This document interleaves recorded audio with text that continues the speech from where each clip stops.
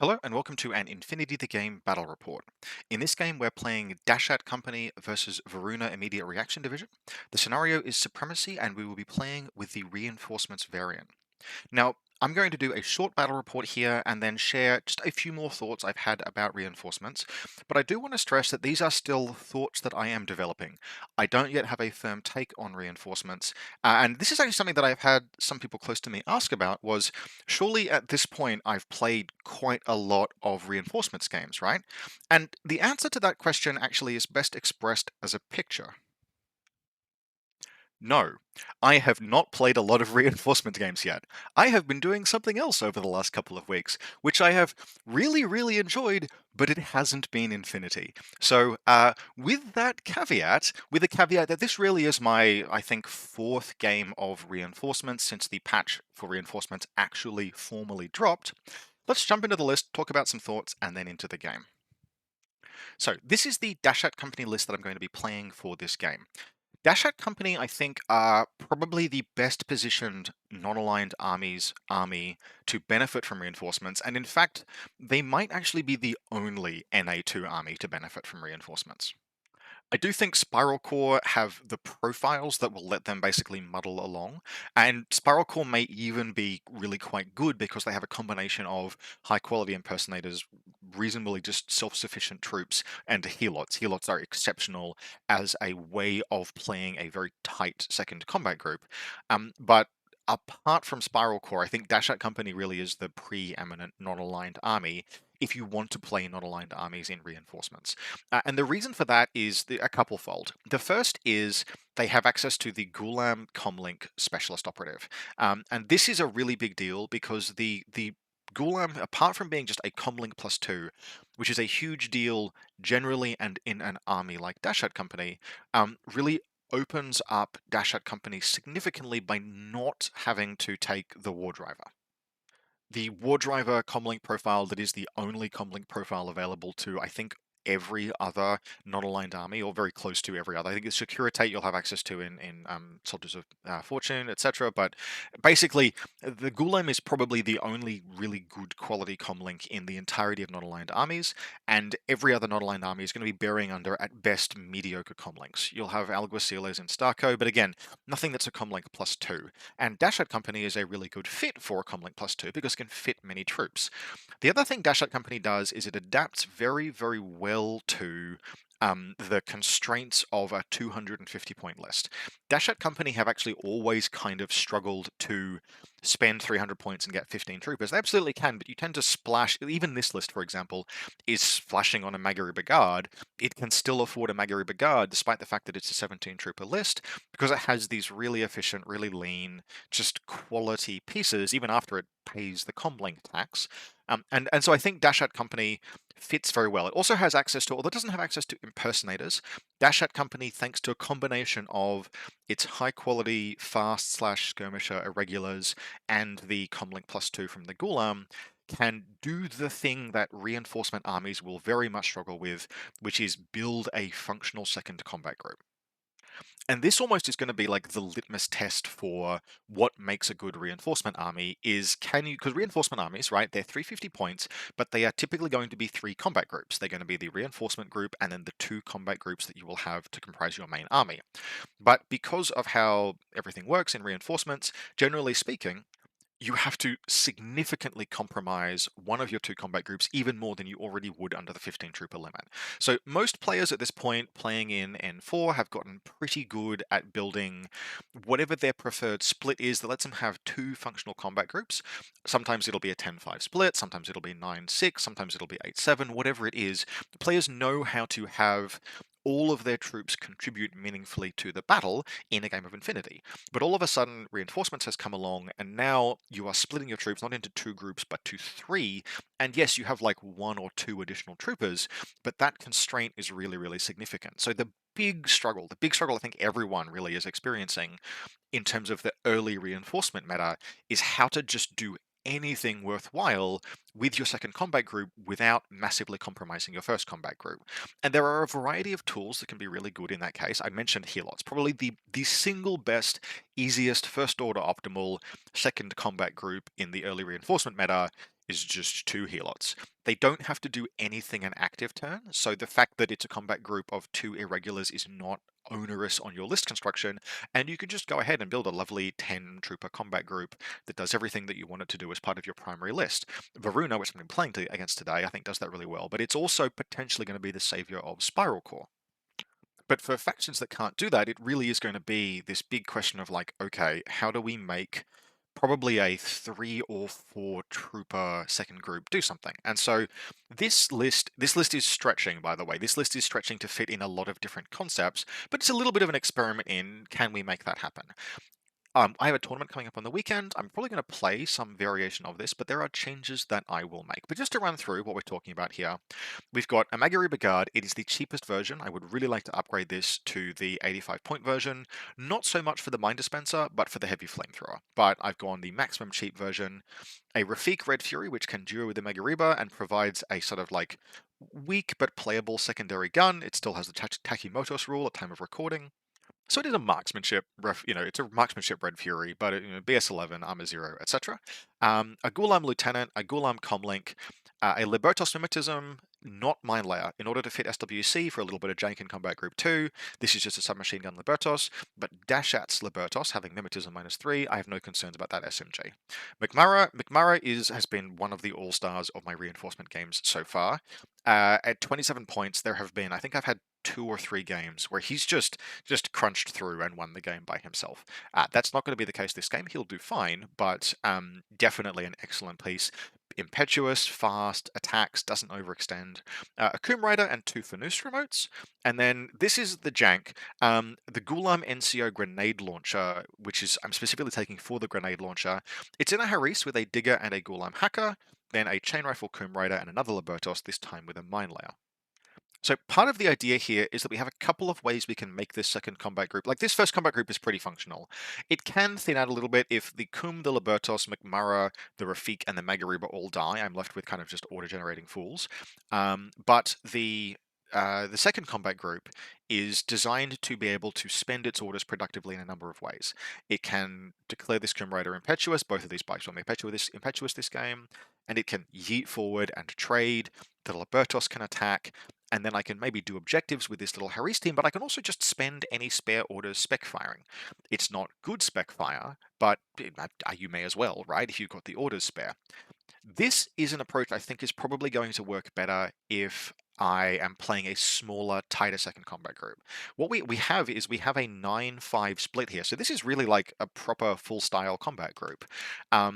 We've gone a 9-5 split, and we've afforded that 9-5 split by having my least favorite model in the game at this moment, an Anaconda in our second combat group. Now, this reinforcement group is compromising because I have to keep my troop count in it down.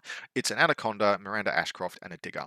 Miranda and the Anaconda are going to duo so that there are 2 tactical awareness orders piloting that duo around. Miranda is a specialist. She's a multi-rifle. Diggers as reinforcement profiles are really, really good because they are impetuous trading pieces that can just deploy on the midfield. Diggers are excellent as reinforcement elements. And I'm actually kind of pretty optimistic about Miranda as well. But if I had unlimited troop slots, you bet your bottom dollar that this Anaconda will be getting the hell out of there, and I will be exchanging it for something like the reinforcement pool that I've run in other lists in reinforcement so far, which is Miranda, 2 Diggers, a Hacker Brawler, and then your choice of either Sforza or Samsa. That's a 5 trooper reinforcement pool, but it's really effective. It's very efficient. It can do various different things, spread itself out, hide well, etc. But if you want to have that 5 reinforcement pool, it means you only have 2 troops in a second combat group. So this list is trying to spread out and do a few different things, but ultimately it is 17 troopers. There's a lot of high quality troopers in there. There's a lot of orders with 2 TAC aware, 1 NCO, and 2 TAC aware in the reinforcement section. Where it's going to fall behind is just ultimately in the quality of pieces. I've traded the Magariba Guard down from profile I would prefer, and I'm using like my second gun is a Rafik. So we'll see how it does. I don't have a full copy of my opponent's list in play, but what I'll do is I'll walk through it as we do the deployment. So my opponent for this game is Ed Sykes. Ed has just gotten back from Burn City Brawl, where he went undefeated and came second, and he has been really leaning into Varuna. He is getting very, very good at playing it. His faction that suits him very well. He's probably, honestly, he's probably the preeminent Helot player in the freaking world at this stage, and it fits. He's a very defensive player. He knows how to really like construct a defense and trap you in that, and he's won the lieutenant role and elected to pick his deployment side in Supremacy. And this is immediate bad news, and I actually at this juncture begin very, very seriously considering just hard going second. And I think if I played this exact same matchup from this start out 2 or 3 more times, I might even settle on that as probably the optimal way to play it. Varuna can attack you in N4. But because they're very often going to have a combat group too that is just 2 helots, you just have to defend against one combat group. And even if it's a very aggressively postured one combat group, I have a suspicion I'm just going to go second against that. I don't want to, Supremacy especially, because Supremacy has like such a potent end of each round scoring setup. Attacking, like just punching, breaking your own jaw, attacking into Varuna, only for them to have just a comfortable scoring tempo is I knew it was going to be rough. I did elect to go first, and this is how deployment has gone. So we have the Magariba and the Rafik duo here. My Ghulam Lieutenant is hanging out down here, just where he'll be basically safe. I'm not particularly concerned about Varuna's ability to attack him. We have Fanus remotes on the rooftop here, and there's another one prone at ground level down there. The Comlink Ghulam is hanging out here. The little Haris in group 2 is in this space there. They're pretty safe. I've done the check from the deployment zone, knowing that they'll be fine. And we've also deployed both Bikers Impetuous here. Same deal. I'm confident that they will be able to Impetuous on my first turn and not get shot. The Libertos with the mine layers hanging out there, the submachine gun one is hanging out there, and McMurray is going to drop as my reserve down here. For Ed's part, we have a helot here and a helot here. These are very nice positions. So this helot's got kind of like this space covered, but nothing outside 24. This helot's got kind of like this space covered, but again, nothing outside 24 inches, and both of them can see onto the rooftop. We then have a Kamau HRL with a paramedic down here, 2 chump fusiliers and a fusilier comlink. So that is a 5-strong. It's not a pure link team, but it's a 5-strong link team. Tech B standing up here. The CSU that you get for free, my one is over here. Ed's one is popped down there. A camo marker, which is a Zulu Cobra. It's actually going to be a Zulu Cobra killer hacker, which will be very relevant this game, just down in this spot here. And then his reserve will be Maximus, which will pop down here, watching this lane there. But we also have a Peacemaker sort of behind this building, and I really like this. It's not going to come into effect this game other than drawing my attention, but I really like it. An unlinked Kamau HMG in this building behind some cars that are parked inside this building. And as a piece that I think is going to be good. I think it's just good generally, actually, but a piece that I think is particularly good in reinforcements as like a very self-sufficient. You aren't bolting 2 random fusiliers onto it to make it work. A Kamau HMG is just an effective gunfighter, and I like that a lot. So the big play that Ed has made here in terms of his deployment is that he's a refused flank against the Magariba very effectively. Basically, all of his force is in this space here, and he's relying on this Zulu Cobra to press some buttons and score some zones, and that's basically it. I have to make the choice between pushing this flank and occupying space, and then kind of like doing not very much with the Magariba.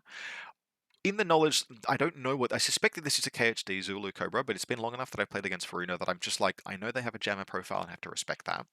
Or do I push around this way and fight him where he is strong? What we elect to do is we elect to try and do some damage on the first turn, and we have some reasonably clean plays that we can make. So the first thing that's going to happen is that our impetuous moves will move these bikes forward. We're going to get some smoke down here, and then the chain rifle biker, which is the one in the second combat group, is going to be able to move up and around into the smoke, and then very nice clean run out here, and it's going to lay down a chain rifle over this helot, this CSU, and the Nisei, but it will kill nothing and die. Ed takes shots, and again, he's got this. The Kamau has to dodge, because if he doesn't dodge with the Kamau, I will shoot it. He shoots with the helot, dodges with the CSU, dodges with the Nis. I fire the chain rifle. The helot kills the Kum biker and passes its save against the chain rifle, and both the Nisei and the CSU will dodge. And this is actually going to kind of set a trend for this game. I'm going to say the words, and Ed passed his armor roll probably quite a lot, but please do bear with me. Otherwise, though, okay, that's fine. we've done what we can. That was a very low opportunity cost attack. It was a 6-point trooper that basically activated with a couple of irregular orders, one from another biker to lay some smoke. That's fine. We're then going to move this duo. One of the nice things about a Rafik Megaruba duo, I don't love it because it like overlays a few different things. I would much rather this be a 14-point Rafik, but you can't duo them. You can only duo the 20-point Rafik in Dashat Company. But that's fine. They have two tackle-wear orders, and what they're going to do is they're going to move the Rafik's going to move around this way, and the Maghrib's going to move this way. And basically, using their tackle-wear orders and like a couple of regulars, we're going to completely reposition the Maghariba up to around here, and the Rafik is going to press this button and then hang out prone there. 20 points in a zone, that's totally fine, and then the Maghariba is going to activate. I'm going to, before that happens, I'll just move this link team out of the way so that I don't get splashed with a rocket. Link team will activate this console here, so I have two consoles activated, and I'll even fire a spec fire with an NCU order, and it won't do anything, but we'll come back to that. The Maghariba will then pop up to here, and it will engage the Kamau and the Tech Bee. It will kill the Tech Bee, but it will cop a hit from the Kamau. It'll fail its save, but pass its save against continuous damage. Then it'll engage the Kamau again. It will hit it, I think, just once. Ed will pass his save. The Kamau will go prone. The Maghariba Guard will then move around here, and it will actually like vault up over on the way in order to get line of sight to the Peacemaker. It will hit the Peacemaker, but the Peacemaker will pass its save, and it will guts forward. And then I'll actually end up using a second combat group order, and I'll just spec fire the damn thing. I actually managed. I get my only kill this game with spec fire, but I spec fire and kill the Peacemaker, which is kind of nice. The remaining orders in this combat group will be spent with the Maghariba Guard shooting at Maximus. And I will fire full burst 4 against his burst 1. I'll land some hits. He'll pass all but one of his saves. So Maximus will take a wound. Maximus will guts back. And then, not wanting to fight Maximus in active turn, the Maghariba will climb down here. But it's climbing into a position where it's got a little bit of line of fire, and more importantly, it's in this zone. With his impetuous orders, McMurray has just ended up here. So this is like, apart from the fact that I really didn't actually kill very much, this has not been a terrible first turn. I've pressed 2 buttons, I've scored. Honestly, I've scored a couple of kills, like against Varuna. Haven't unpicked any healots, but I've revealed one of them. But it's not a good enough first turn in Supremacy. I haven't pushed across any halfway lines. I've moved like basically this Libertos up and around here into this zone, but it's trivial for Ed to contest that. It's not enough damage. It's not decisive, and in Supremacy going second, you're kind of against the wall there. So Ed, for his part, is basically going to just rally and execute a relatively clean counterattack. Different pieces are going to move around, but the big play is that Maximus is going to work his way up through here. He's going to take a couple of face-to-face rolls with McMurray. He gets one hit through the first smoke dodge, and I fail my save, but I do make my second smoke dodge, and McMurray smokes out. And then Maximus just, he puts one wound, no, he does not put any wounds. No, he puts one wound onto the Maghariba Guard, which guts back. So Maghariba Guard has only one wound remaining at this point, and then Maximus just pulls all the way back to a safe position. Ed quite clinically just puts the points in zones he needs to equalize the score, and then he moves the Zulu Cobra KHD up and around here, presses this button, and then actually moves forward and uses my repeater to kill my Gulam Hacker, which is a play that Ed likes to make with Zulu Cobra KHDs. Very cleanly done. Only takes him one go. He lands one shot through, and I whiff my roll because he does have surprise. He lands all 3 hits, I go unconscious, and then he pulls back out of the sensor range, around to here. Doesn't have enough orders to recamo, but he is pretty safe. So at the end of the first round, we are 1-1. I'm not behind, at least. That is good. And Ed has activated this console, and I have activated these 2 consoles. I feel like, again, I still feel, mostly because of the wounds on the Maghariba Guard, I feel like I am probably more behind than I would like to be. And I have to make the call in terms of like how decisive I'm going to try and be this turn. I don't really super want to trigger Ed's reinforcements, but I can't just keep stalemating the game out. So what I decide to do is, if I can get the Maghariba Guard basically around to like here, I have some fairly good on-for-large shots against a variety of Ed's targets. So what we do is we impetuous with the biker that's ended up here. It comes around there, it lays some smoke. That smoke clears the way for McMurray to jump across this way. And then what is going to happen is that the biker is going to come around here and actually, it's not going to have many orders, but it's going to survive an attack. It's going to put the Nisei unconscious and then just end up there where it'll die next turn. And then McMurrow is going to come around, dodge into line of sight, and berserk into Maximus. McMurrow is going to hit, Maximus will hit back, a variety of combi shots will punch through, and both of them will end up unconscious. McMurrow trading for Maximus, ultimately, I have to be happy with that. The problem is I have triggered Ed's reinforcements, and I know I've triggered Ed's reinforcement at this point, so I have to basically make work happen in order to ensure that his reinforcement arrival is not going to secure him. So what I'm not hugely necessarily concerned about is his reinforcements arriving and killing all of my stuff, because my reinforcements will then arrive and fight his reinforcements. What I'm concerned about is his reinforcements arriving and scoring him 2 scenario points because it's Supremacy. And I have to do a lot of work to make that not happen, and I'm not convinced that I can. So all of the remaining orders in Combat Group 1 are basically going to be spent with the Magari Brigade moving up and around here, and then it actually gets enfilade fire into the entire Fusilier Link team. It takes face-to-face roll with the Fusilier hanging out down here. It scores hits, but the Fusilier passes its save. And I have to just extend myself at this point. So we move up and around, and the Magari Brigade fights from its in cover against some of these, out of cover against some of them, and it's fighting mostly Fusiliers out of cover, and it manages to kill exactly 1 Fusilier. It's got beads on. It's got beads on and takes shots against all 3 of them. And all it is able to do is it's able to put down this Fusilier over here, and I have at this point 1 order left, and I pull back around, so I am at least in a zone. The good news is that that 1 Fusilier that I killed was Ed's lieutenant. And given that his reinforcements are about to turn up, the fact that he's in loss of lieutenant is going to be significant. But he does have a bolt in his reinforcements, which means that when order generation is done, he's going to have a veteran trooper, even though there's no chain of command. Ed's reinforcements are Shona Carano, a bolt, just a boarding shotgun, a bulleteer with Spitfire, and the engineer blade, I think they're called. 3 of those will form a Haris, and then Shona's just going to be off by herself, and I really like that. Shona just walks into combat with the Magari Brigade and annihilates it in a single go. I roll on my saves, it's 12, 13, 13, 6, and it's oh, did I just do 1 wound? I'm like, no, Ed, I think you did 4. I think you did 4 wounds.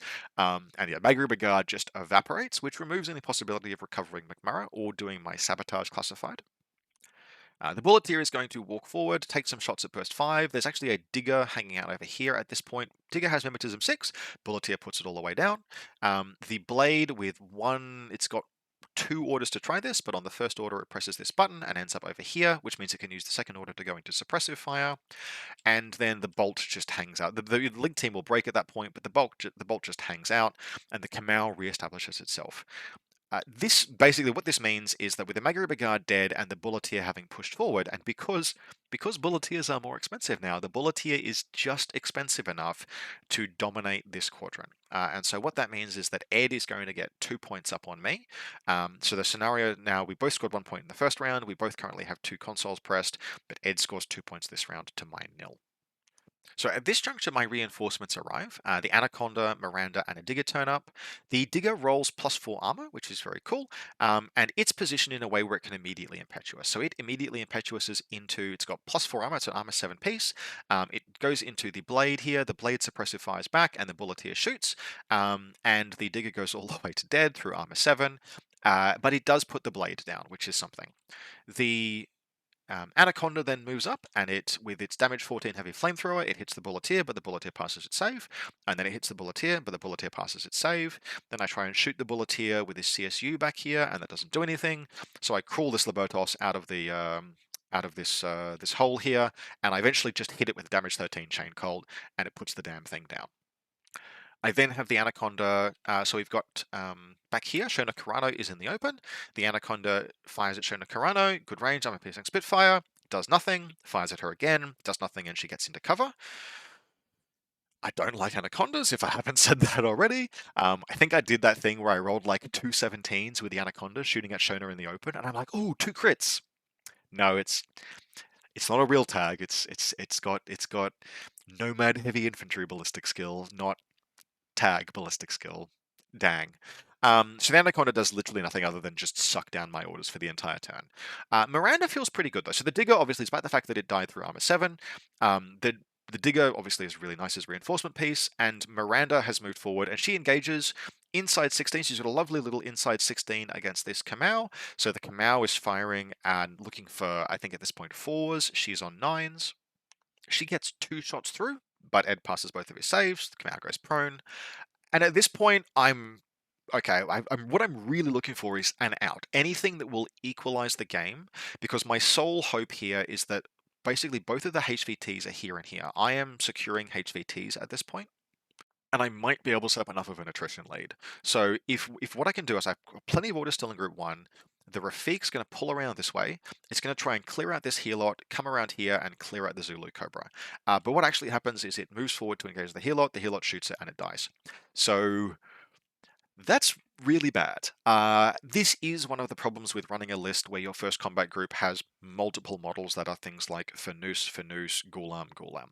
You can end up in a situation where you have 5 troopers, one of which can actually effectively fight, and okay, that's a dang. The Rafiq goes down, and the only out that I can engineer at this point that things are sufficiently far behind is actually just Miranda Ashcroft, hero of the day. She's going to run around here and she's going to sit herself in this position here with the Gulam nooked in there. And what that basically means is that if she, so Ed has the Zulu Cobra in this zone here, but she and the Helot are more points than the Zulu Cobra, which she and my Libertos, which means that this Helot would have to get out, and it's revealed at this point, it will have to get out and into the zone.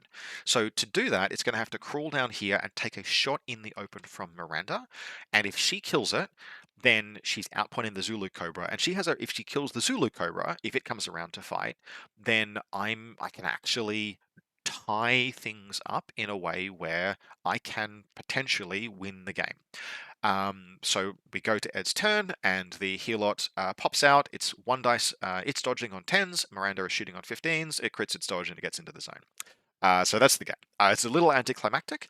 In terms of the score, Ed is not able to do his classified. He's got a quite difficult one. I'm not able to do mine, but I am securing the HVT. So Ed has scored. He's equalized the points in the zones. He is scoring this zone and this zone. So he has scored. I think we worked out his 6 points, and I've actually gotten to 5 points, which I'm not terribly uncomfortable with. As far as losses go, losing 5 points to 6 is as good as it's going to get. But it was still definitely one of those games where I'm firing like damage 16 shock rounds into Fusiliers, and they're totally fine. I don't think I was massively unlucky this game. I do think I was a little unlucky, but some of the bad luck was a consequence of my decisions. I chose to take an Anaconda. I didn't have to. I paid I paid the price for my decision to take an Anaconda, which is that I had a 53-point model that accomplished literally nothing.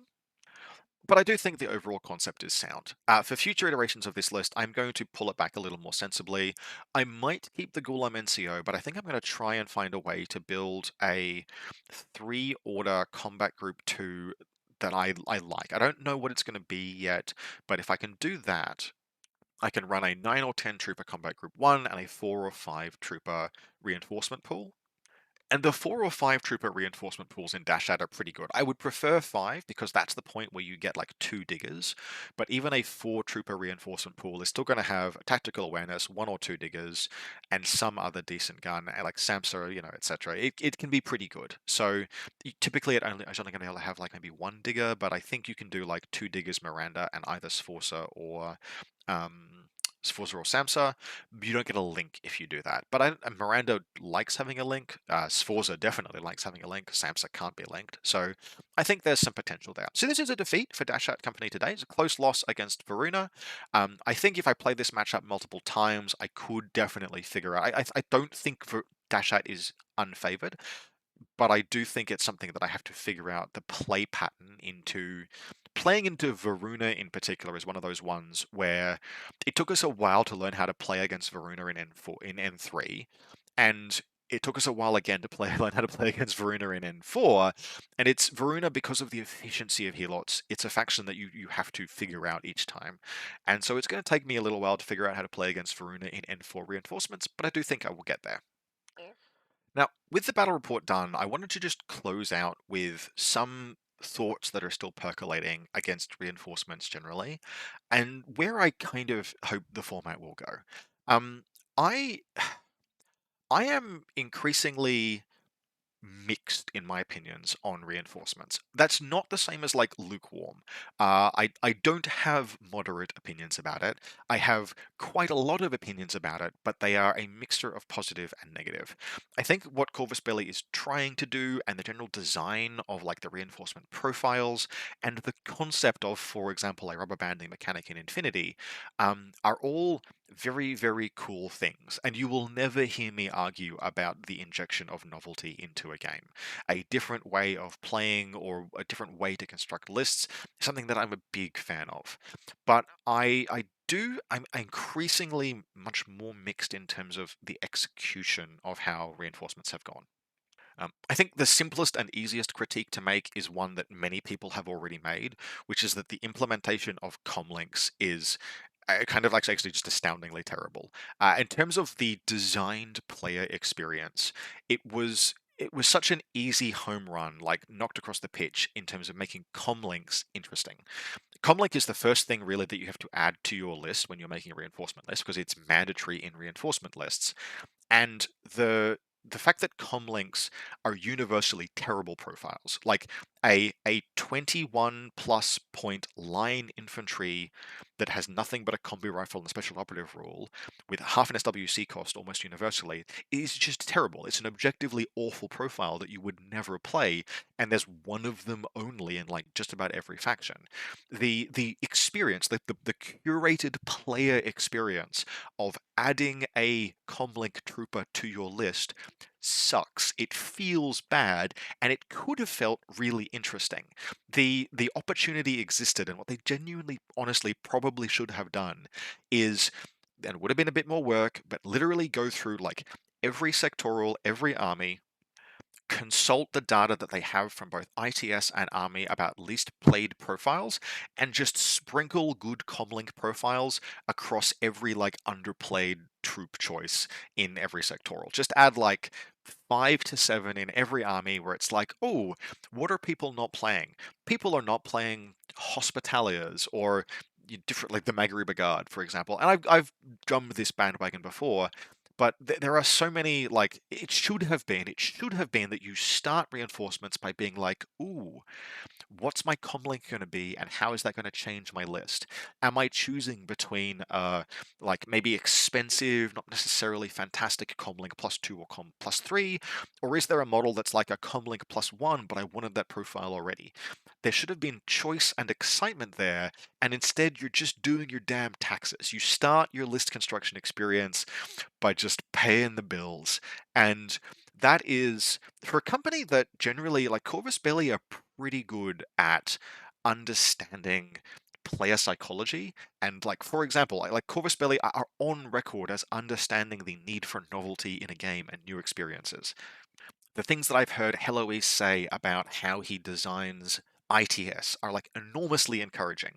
And so to have such an obvious like player experience misstep as the very first like rule that most players will encounter in reinforcements, it's also like it's very easy to fix as well. So that is something that I hope will change, is that not just the cost of comlink, like it doesn't need to be a 10-point rule that costs half an SWC, but add a bunch of comlinks, add a bunch of comlinks to different factions, and the experience suddenly of list creation will be much more interesting. My second critique, I think, of the reinforcements and how they work is a little bit more difficult to articulate, but it boils down to, I think, so I really hoped that reinforcements would be compatible with non-reinforcements, that reinforcements would be a new game mode that could be optional, that we could run, for example, tournaments or even just local game nights where you could turn up and say, hey, I've got a non-reinforcement list. Who wants to play? Oh, Jeff, you've got a reinforcements list. Oh, that's fine. Yep, that's balanced. That's a balanced enough experience. Now that actually might still be possible. I genuinely think it could well be that we can just you can just do that anyway. But there was no the way that the rule is presented as written, and players will always heavily bias themselves toward the rule as written. If in doubt, expecting players to invent their own formats is deeply fraught, because it's, what I do in Canberra, Australia is very unlikely in the absence of like significant strange and unusual events to be picked up by other parts in the world, which means that if I'm like, oh, I think I can figure out a format that makes reinforcements and non-reinforcements balanced, it's just not going to spread. What the company says is the way to play the game is the way that people are going to play the game. And so by presenting reinforcements as its own thing that is not compatible, like explicitly not compatible with a regular 300 point game, that has had a number of effects. The first is that you have a very closed system. And the second is that for people who have played reinforcement games a bit right now, the mechanic varies pretty wildly in terms of the effect it has on the game based on the scenario. I think Supremacy actually is a scenario where reinforcements are not colossally impactful in terms of how the scenario plays, but acquisition is going to be the big one. There are scenarios that are like acquisition, quadrant control, late game scoring, any end of game scoring. The ability to just hold your reinforcements is hugely impactful, and like I don't know how to win a game as acquisition going first without producing such a colossally one-sided asymmetric advantage as to be actually kind of just like a bad experience for whoever is losing that game. And so you have like, hugely impactful reinforcements, but the general way that reinforcements kind of plays out is that one player's reinforcements arrive, and then the other player's reinforcements arrive and kill the first player's reinforcements. And so that's fine. That's like not necessarily a bad um, melody of play, but it does kind of feel like that's how a lot of reinforcement games have played, where not completely the rule, but so far I've kind of felt like the majority have been where one player will attack and then the other player will attack back, and there'll be some violence and some skirmishing, and they'll be playing over scenarios, and then at some point that threshold will trip and one player's reinforcements will arrive and they will do some damage, and the damage that they will do will trip the second player's reinforcements, and the second player's reinforcements will be positioned perfectly to kill the first player's reinforcements. And as far as a rhythm or a tempo of play goes, that isn't necessarily bad, but it's going to happen quite a lot. And I think where my critique comes from and how it ties into the fact that reinforcements is not an optional format is that if that was an experience that something was like that was an experience that came up in play half the time, right? Where sorry, not half the time, a third of the time, right? Because you could have reinforcements versus reinforcements, reinforcements versus non-reinforcements, or non-reinforcements versus non-reinforcements. If second mouse gets the cheese, your reinforcements have killed my reinforcements was a play experience that you had one in every 3 games.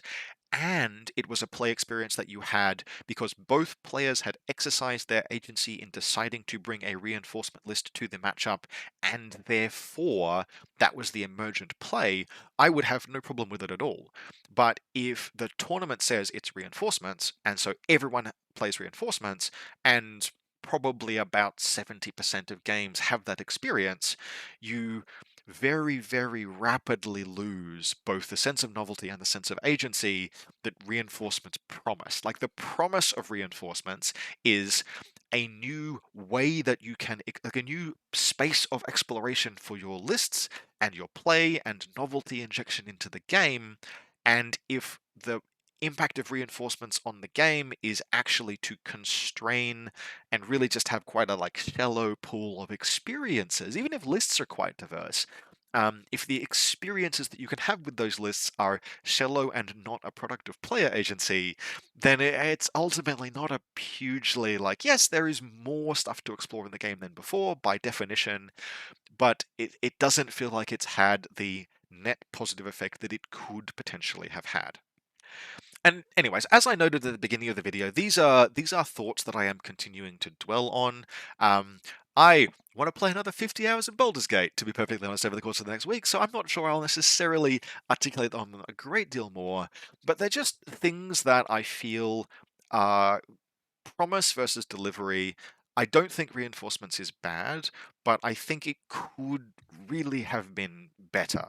And I think actually it can still really be better, but those things need to be addressed. The comlink one, fortunately, is something that they have had so much feedback on that I would be pretty surprised if they didn't do something about that.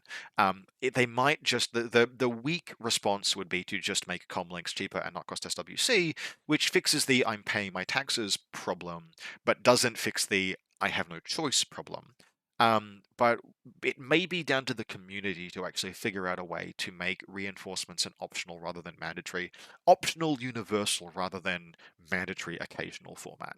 And if we can't do that, then we can't do that, and that is what it is. Reinforcements will be an occasional tourney variant, probably more often used than Mercs, for example, is, but not with the potential that it could have had.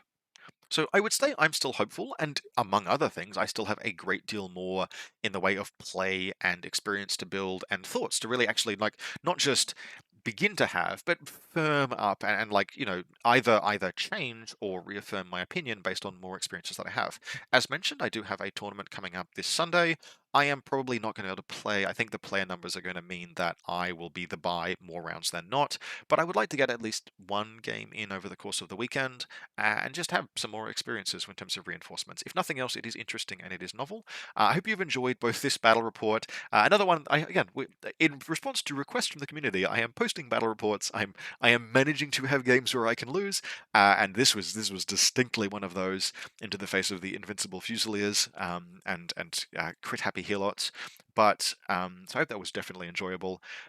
But yeah, definitely more to experience, more to play. I will not be putting an Anaconda in many more lists. I have given it a fair shake, and it has been an abysmal, horrific failure in literally every circumstance. But that's fine. There are other ways. Again, okay, I've tried something, it's failed. There are definitely other useful ways to play reinforcements, at least in Dashat Company.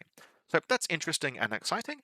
We may or may not see some reports from the event that's on Sunday. It will really depend on how the day goes and if I'm able to get any games in. But otherwise, as always, look, I hope you enjoyed this. If you like the things that I make and the videos that I put out, you can support me through the Buy Me a Coffee page, which will be linked in the video description. And otherwise, as always, I will see you next time.